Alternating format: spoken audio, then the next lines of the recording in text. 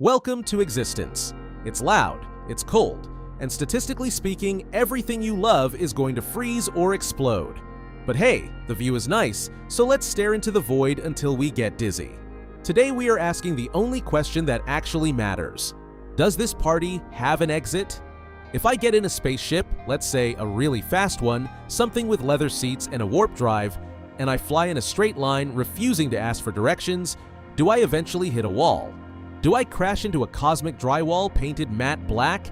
And if I punch through that wall, what is on the other side? Is it just more space? Is it a white void? Is it a backstage area where God keeps the spare planets and the boom mics?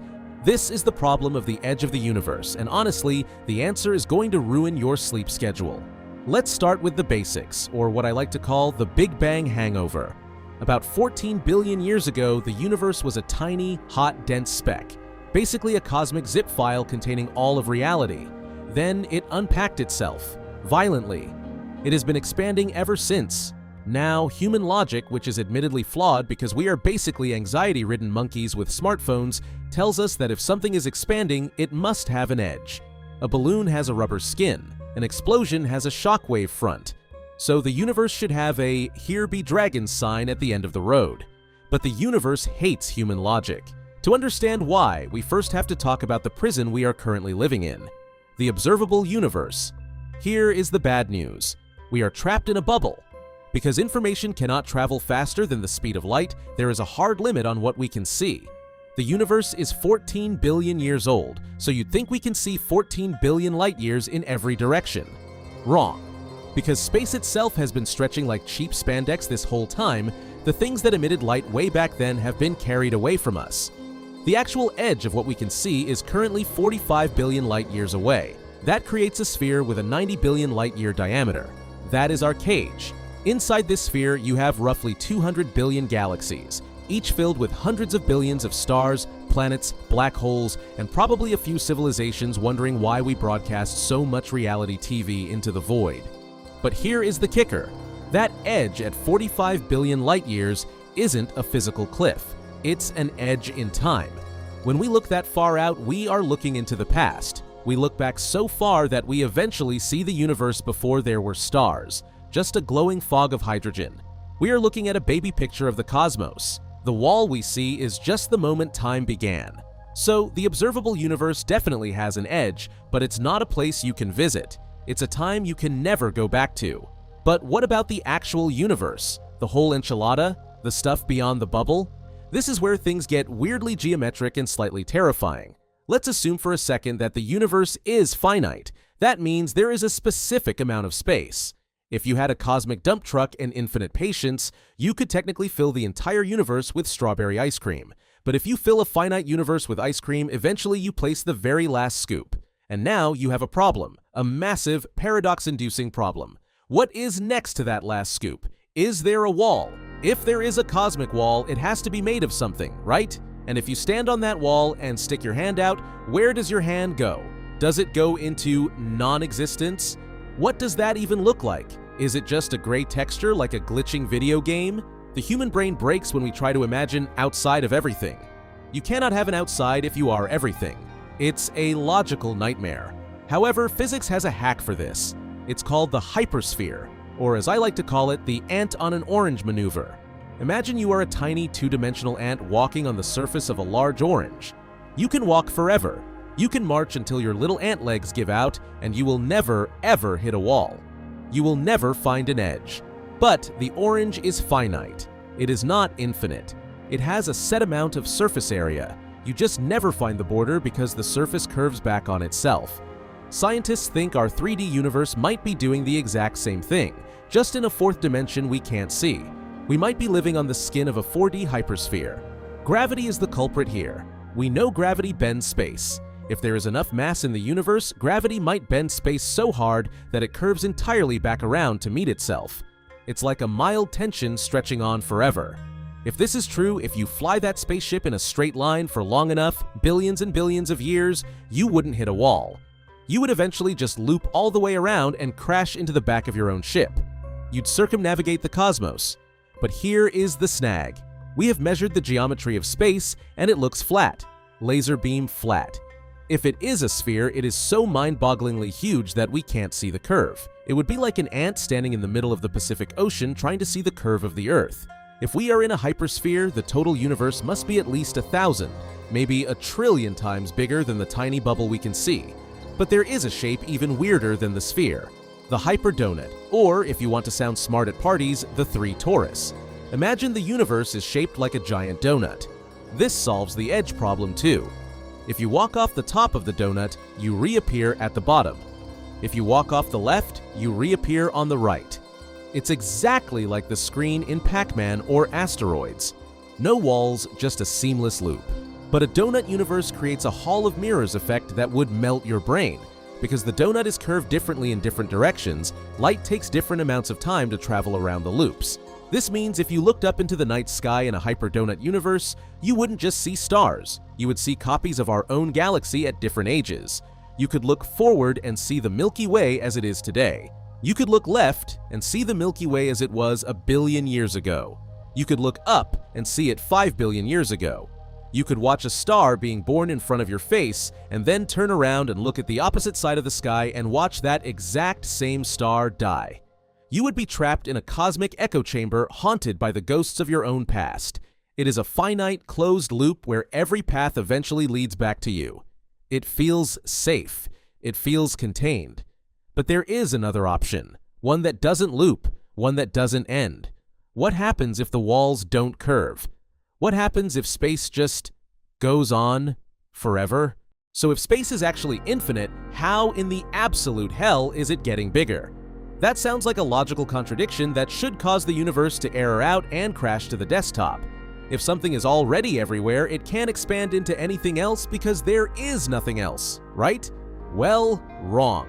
This is where your brain tries to file for divorce from reality. Cosmic expansion doesn't mean the universe is growing outward like a water balloon filling up inside a box. It means the metric of space itself, the literal grid lines of reality, is stretching. Imagine an infinite sheet of rubber. It goes on forever in every direction. Now imagine stretching that rubber sheet. It didn't need an edge to stretch. The distance between every single point on the sheet just got larger. That is our universe. New space is constantly being baked into existence between galaxies, pushing them apart faster than a bad breakup. It is an expansion of scale, not boundaries. The infinity isn't getting larger in size, the density is just dropping. But let's stop looking at the map and actually get in the car. Let's run the ultimate simulation. Imagine you have a spaceship that defies physics, infinite fuel, indestructible hull, and an aux cord that never breaks. You point the nose of the ship away from Earth, pick a straight line, and you hit the gas. You are never turning back. At first, you pass the usual suspects: Mars, the asteroid belt, the gas giants. Boring. You leave the solar system and drift through the interstellar void. You pass Proxima Centauri. You pass nebulae that look like the eye of an angry god. You keep going until you leave the Milky Way entirely.